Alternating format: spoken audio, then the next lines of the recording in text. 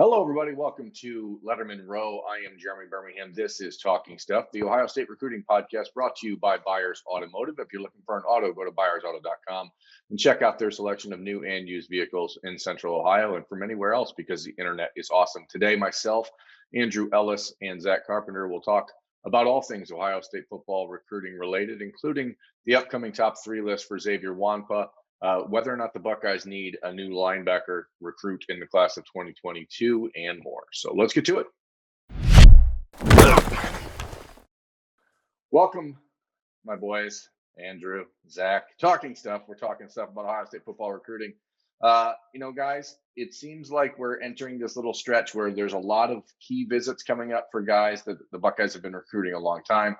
Notre Dame, Cincinnati is going to be a huge spot this weekend. We'll talk about that later this week. But one guy that has been waiting sort of to get back to Ohio State and Notre Dame is Xavier Nwankpa, who is this week, Zach, is going to be dropping a top three schools list. You went and saw him last week. I think you probably qualified to at least kickstart us off talking about who you think those three are going to be. I think we're all in agreement that right now there are three standing out, but you can dive into those from the visit you made to Iowa last week. Yeah, 22 hours total in the car driving to Iowa and back. It was a little brutal, but worth it in the end because got some good stuff over there. Xavier talked about, that was on Wednesday that I saw him, and he had talked about potentially dropping a top three in the near future, and it was pretty obvious. If you read my stuff over at Lettermen Row, or the story or the message board stuff that I posted, it's probably pretty easy to come to a conclusion on what those three are. And I think it's very, very easy to say that it's going to be Ohio State, Notre Dame, Iowa. I feel pretty comfortable saying it's going to be those three, and his top three, final three, however you want to label it. He did tell me Texas A&M. So I know up till like a month or two ago, Texas A&M was one of those that I think we all thought was in that top three, top four range. And he told me, no, he's not considering Texas A&M anymore. The only other one that he was considering was LSU. And a lot of that was he was trying to, he wanted to set up a visit there to LSU to kind of see, maybe go and see if that might be an option. But clearly, I think with this top three list coming out, he has those three visits scheduled. He has an official visit to Iowa scheduled for October 9th. And he has an unofficial visit scheduled for Notre Dame for when they play USC on the 23rd. And then his unofficial visit to Ohio State for the Penn State game. So when you say I'm dropping the top three and you only have three visits scheduled, it's pretty clear the old moniker of watch what recruits do and not what they say. I think it's pretty obvious that it's going to be those three. And I could ramble on here because I have more to say, but I think one of the biggest things that he wants to see is sort of the development plan that's in place for each of those three schools. And at Ohio State, it's sort of that Ronnie Hickman role that they want. All three schools are kind of recruiting him for a very similar position. At Iowa, it's that he called it the cash position, which is hybrid linebacker, safety. At Notre Dame, they wanted to be the next Kyle Hamilton, and Ohio State, the Ronnie Hickman bullet role. Yeah, they're all kind of the same, aren't they? I mean, those three positions are all very similar, aside from Ronnie Hickman and the kid Kyle Hamilton even wear the same number. I don't know if Xavier Nwankpa was forced to wear number 14 at the next level, but I mean, you never know. But when you look at these schools, is any list of schools, Andrew, in your mind, like, is it really the final three if he doesn't commit soon thereafter? Because LSU is going to keep pushing for a visit. A&M, where he has the family members down in that area, are going to try to keep wiggling in. Do you see this? And I know you've never spoken to Xavier directly, but do you see this as like these visits happen 3 out of 4 weekends and then a decision early November? Yeah, I mean, that's kind of the timeline that I see. I do think it's down to those three schools. I had I'm kind of friends with a Hawkeye fan kind of randomly, and he suggested some of their side saying that they're not even sure if Ohio State's going to be one of those three schools. And I know each one of us kind of disagree with that. But I do think it's going to come down to those three schools. I think with the way Kyle Hamilton's playing, you got to think that's going to kind of catch his attention as far as Notre Dame goes. And then just the Iowa defense in general has been lights out all season. So Iowa has led the Big Ten in interceptions like each of the last 5 years or something. I mean, that defense is, I don't want to ball hawkish, you know. I mean, I know they're the Hawkeyes. I feel bad using that pun, but like they're aggressive. Yeah, I mean, they're aggressive, right? I mean, that's what they're known for. Yeah, I mean, Iowa's defense is amazing. I mean, you think back to when they upset Ohio State several years back, and just I don't remember that. Yeah, let's not talk about that. But I can understand why Iowa's making a push right now. Some people have suggested that Iowa leads right now, and he just visited there. So coming off of that visit, if they do lead, then props to Kirk Ferentz and those guys. But he's going to get back to Ohio State, and I think we all still feel relatively good about where Ohio State stands. Zach, do you think this is a situation where the post-visit high, the post-visit glow, he did see Iowa not just once but twice this month. He also saw them when they played at Iowa State. And obviously they're the home team. We've talked before about how maybe they are pushing the opportunities with name, image, and likeness a bit more, you know, as a hometown hero type. Do you think that this momentum, and again, I'm asking you because you're probably more qualified to speak on it since you talked to him in person last week. Do you think this momentum is predicated on those couple visits and just like, hey, this is the recency bias, or has it been like just a slow burn for Iowa that's now finally starting to catch? I think it very much be the slow burn, because I just don't see with his personality. I see him as a pretty level-headed kind of player, kind of person. I mean, he's waited this long. He's been very patient. He was adamant that he wanted to get over for visits before he came to any sort of final decision. I mean, they've been recruiting him. I think he was their first offer, if I'm not mistaken, at least one of the first. So they've been steadily prioritizing him for the longest time. And I mean, it'll be like, I think his third visit to Iowa, if not more, just with the short distance over from basically the Des Moines area that he lives in. I mean, like you guys are saying, the position that he could play at Iowa. I mean, all three of these positions fit his skill set perfectly.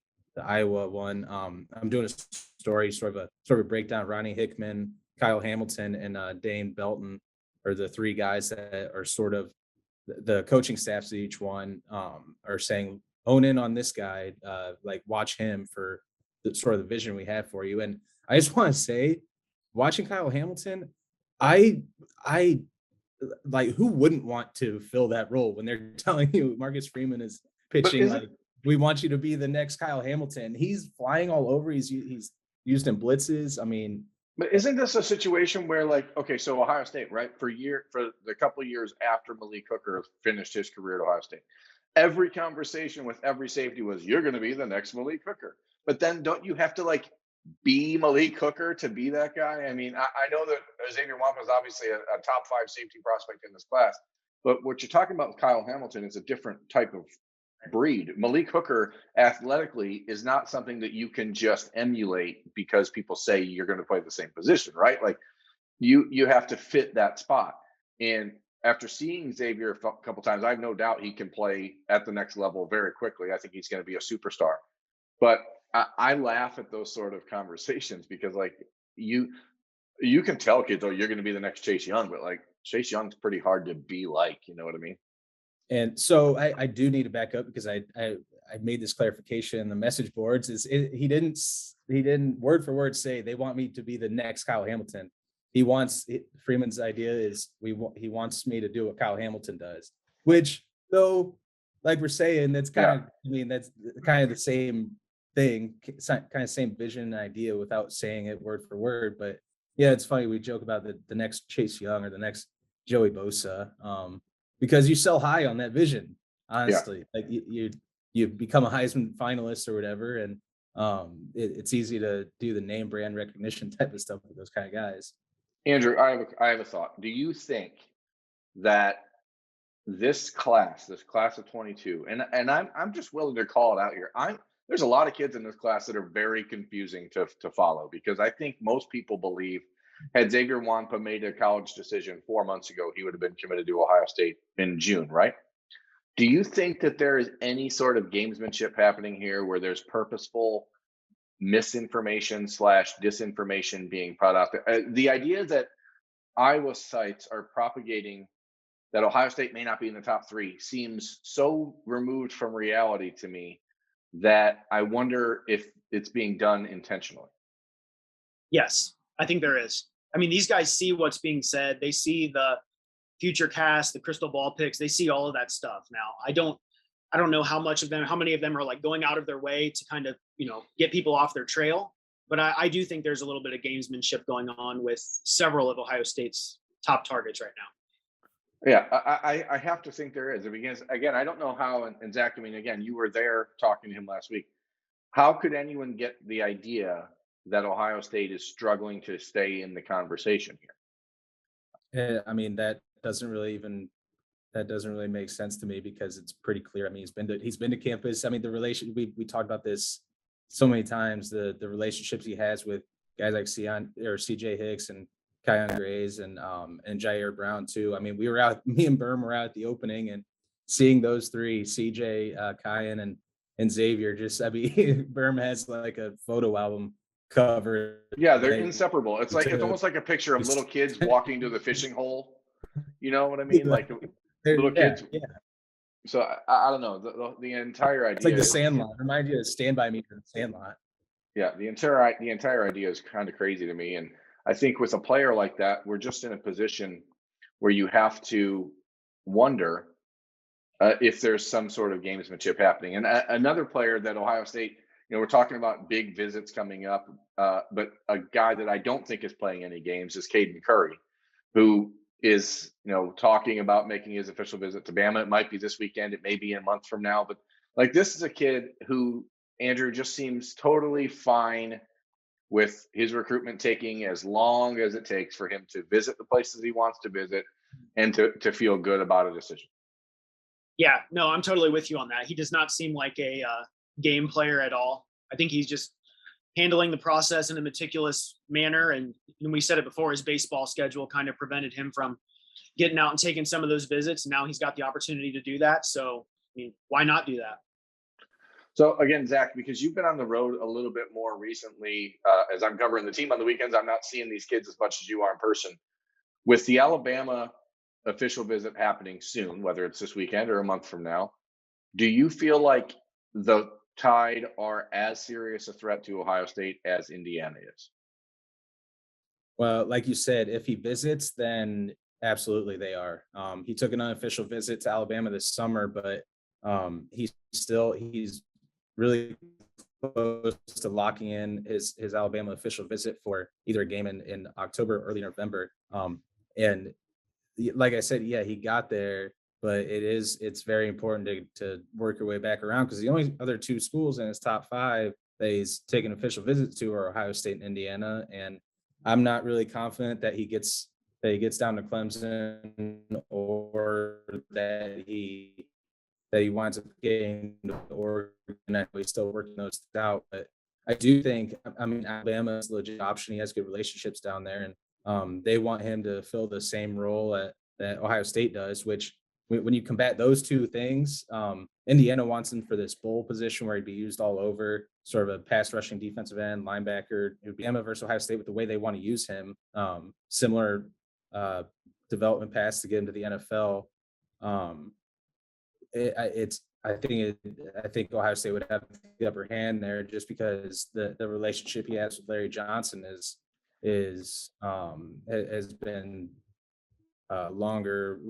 more long-standing. However I phrase that, he's had a better relationship for longer with Larry Johnson than I think he has with the Alabama staff. And Caden, like you were saying, he's like one of those no BS kind of kids. He's very extremely level-headed. We talk about Xavier Nwankpa being level-headed, and Caden Curry might be even twice that. He's very nonchalant with his recruitment because he doesn't really care about the attention. Like, I know a lot of kids say that, but he's like, getting to know him over the last year and a half, it's very much accurate. But I know he's supposed to be back for another unofficial visit to Ohio State for the Penn State game, and he makes that. Just the fact that that's planned, I think, says a lot about where the Buckeyes stand. The fact that he's going to be that he's supposed to be getting over here for a second time in a month and a half, because he was here for the Oregon game on his official visit. So I love where the Buckeyes stand right now. I don't know, Andrew, with where those three teams are stacking up right now. I'm sure you're feeling a little bit more of the same, right?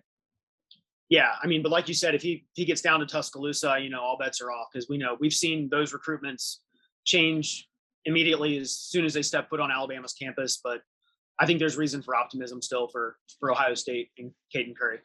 Yeah, I agree. I mean, I think that, like Xavier Nwankpa, I think this is probably actually a 3-team race. I know that Clemson and Oregon are included in the top 5 with Caden Curry.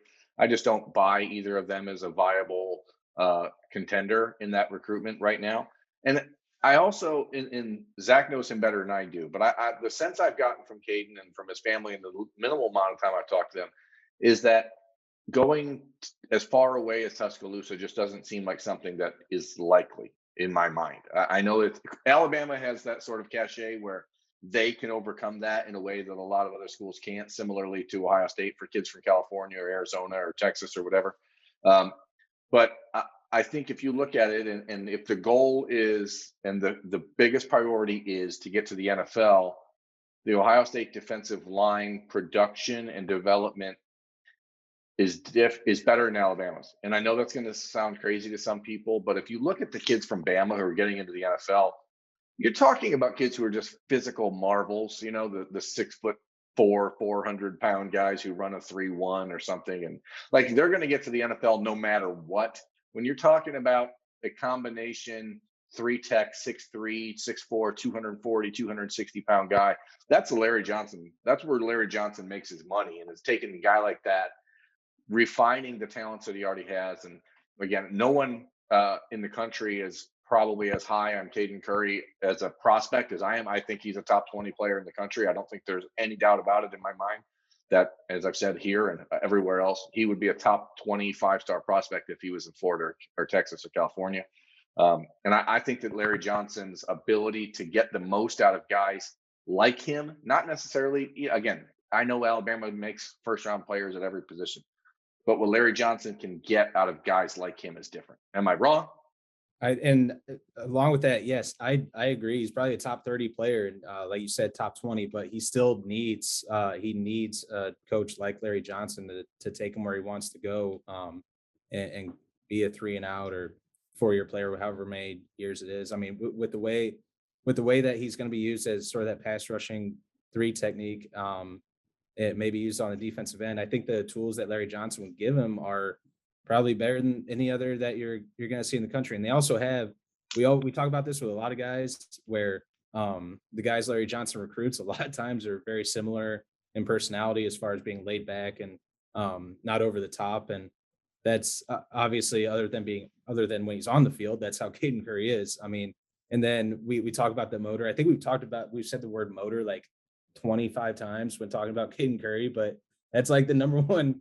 It's like the number one trait you can't teach, and like probably number 1 or 2 trait that Larry Johnson loves in his defensive lineman. And Caden Curry has probably one of the best motors in the country in that class. I'm always looking for labels, and to me, he's a flip switcher. You know what I mean? Like, he's that dude who's like totally laid back and relaxed off the field, and then oh boy, it's different when he gets on the field. Right, exactly, that sort of mentality.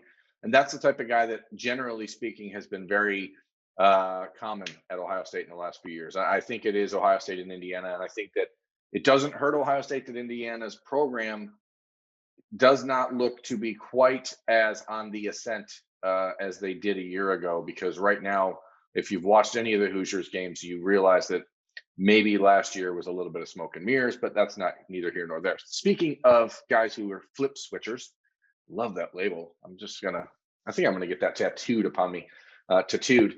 Kojo Antwi. Back, it looks like you're talking about a lower back tattoo, huh? Yeah. All right. I was flipping my own switch back there. Kojo Antwi, guys. I mean, he visited Georgia.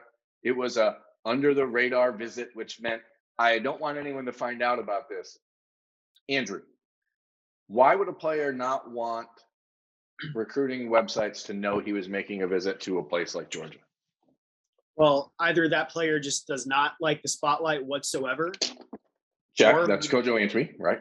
yes. Or I guess if you're looking at it from the other side, maybe he's doing it under the radar because there's a little bit more going on to that recruitment. I think, it could be one of two things, but in general, he's seemed like one of those kids that, like you said, is not wanting to be in the spotlight. And I know you spoke to him and he said he's got I think his girlfriend's a Georgia fan and he's got some teammates that are Georgia fans, which makes sense considering where he plays his high school football. But I mean, did the Ohio State staff know? There's always all sorts of questions you got to answer when it comes down to this. But I think just in general, he loves Brian Hartline, and if you're an Ohio State fan, you got to hope that relationship kind of wins out in the end. Yeah, here's the thing. The Ohio State staff did not know that he was making that trip to Georgia, but in general, that would be a really bad thing. And in this case, and maybe I'm seeing it through scarlet-colored glasses or making excuses, but Kojo Antwi from the start has been a kid that did not and has not really understood the traditional recruiting world and the way that things are perceived, the way that things get twisted, the way that words get manipulated. And he found that out back in March whenever he told someone that he thought he was, narrowing his schools, and that person, somebody said Ohio State was out, and then immediately he texted me like, no, they're not out. And now he's obviously committed to Ohio State, so clearly they weren't out. But Zach, with 4 wide receivers committed and a class that is looking like it might only be 22 or 23 guys, it is the position Ohio State could afford. And I don't like to even throw that out into the universe because I don't want it to seem like I'm suggesting it could happen, because I'm not. But isn't that the spot where the Buckeyes and Buckeyes fans should be like, well, okay, go ahead if you want to, but they don't want him to. He doesn't want to, but isn't that the spot? Well, yeah, because they just completely loaded up in the class at that position, the 2020 cycle in 2021. And that's their loaded receiver room is something that Brian Hartline, Ryan Day, they've had to combat with pretty much every single school that they recruit against for a receiver. I mean, every other program is saying, look at Ohio State's receiver depth. And the 2022 class, it might be,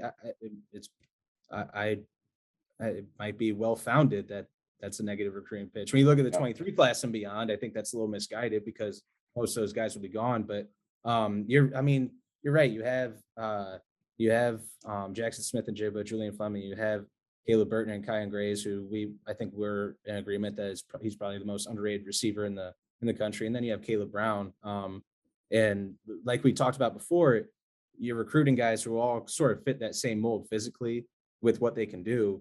So if you were going to lose one of those guys, that's probably the position where you can afford a little bit of attrition. But Kojo's also really good, so we don't want to downplay his talent level if that actually were to happen in the down the road. I think this is just where recruiting is so fascinating to me, and one of the reasons I love covering it, because the concept or the idea that's out there is that Ohio State is so stacked at wide receiver, right? And the 2020 wide receiver class will be used against Brian Hartline and Ryan Day on the recruiting trail from now until 2023, right? But if you look at that class in hindsight, Julian Fleming is a 5-star number 1 ranked player, has struggled to get on the field and has struggled with injuries.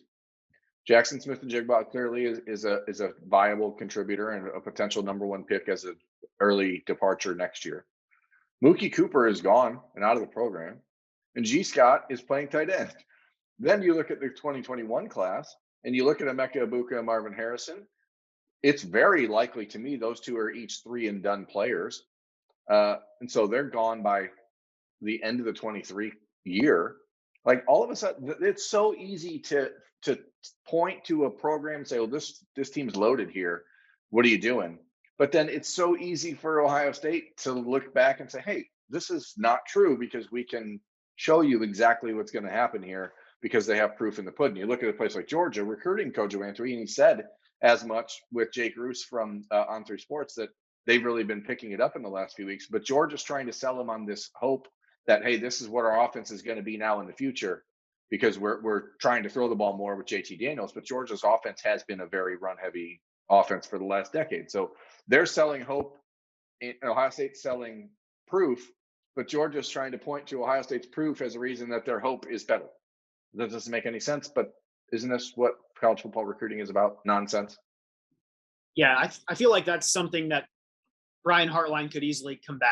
If they're playing that numbers thing, he can sit down and show them the years and show them, these are the guys that are going to be gone by the time you get here. And I feel like that shouldn't be that big of a hurdle.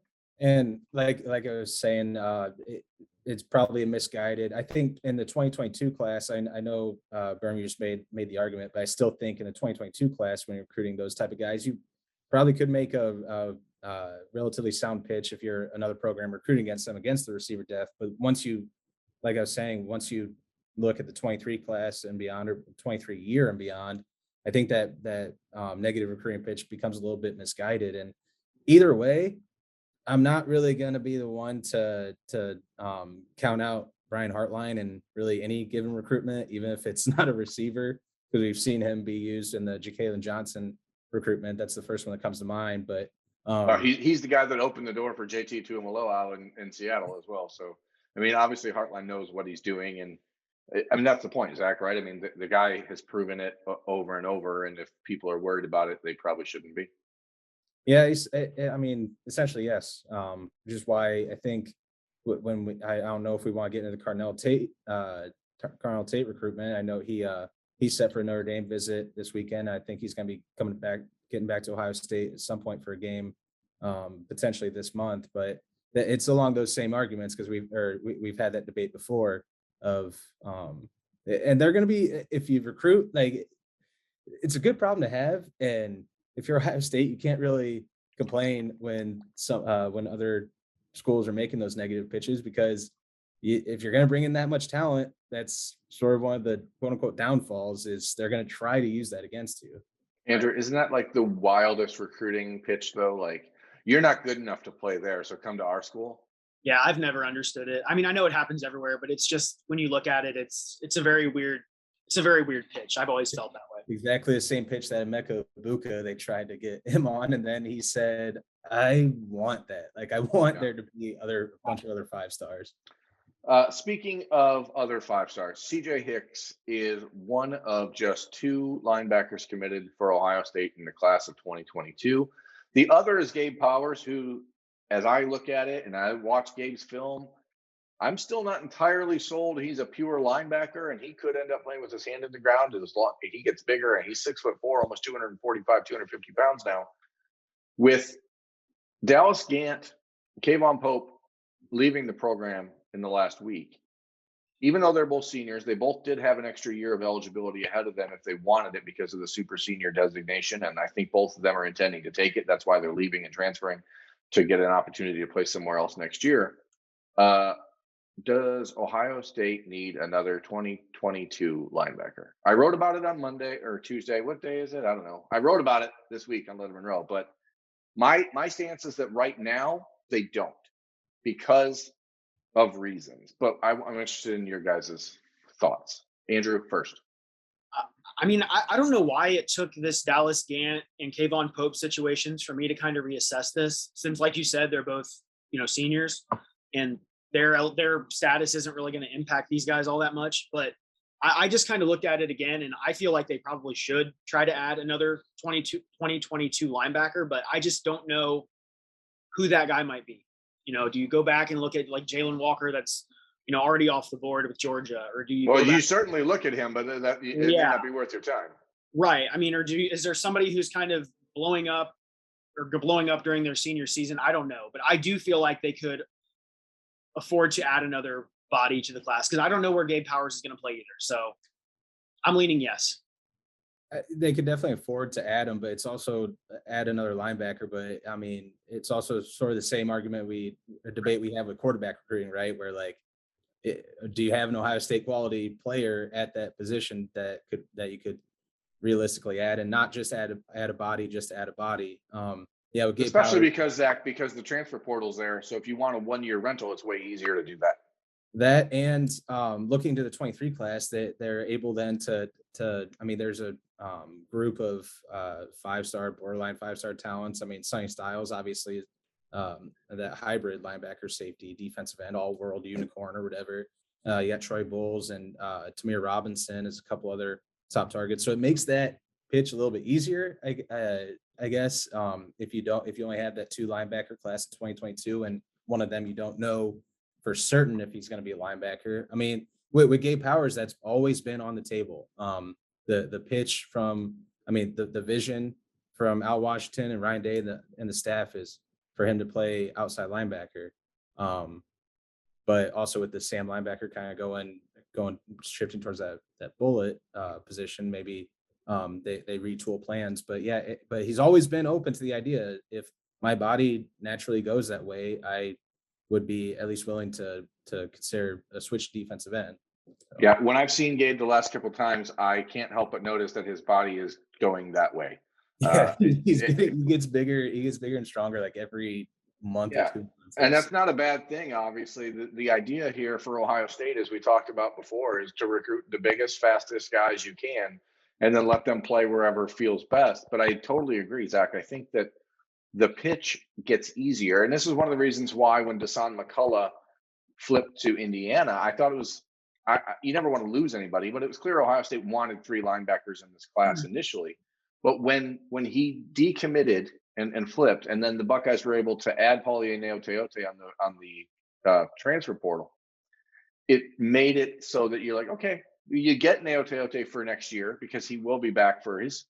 So it's like that 1-year rental that we're talking about, and it kind of fits that opportunity to say, Sonny, Troy, Tamir, like, look, guys, this is your room now. You come in, and by the time they get there, Cody Simon will be out the door. Tommy Eichenberg will be walking up. Like, there's an opening there for that, and I think you have to sell that. Am I wrong? No, that makes sense. And honestly, like you said, we've changed his mind. I do think they might need another body, but the transfer portal might be the route that they end up going. So I tend to agree now that you so eloquently put it. I kind of feel like Berm only asks us, am I wrong, so that we can confirm that he's right on all the things that he's asking us. Okay, first and foremost, the only thing that matters around here is my ego. Okay?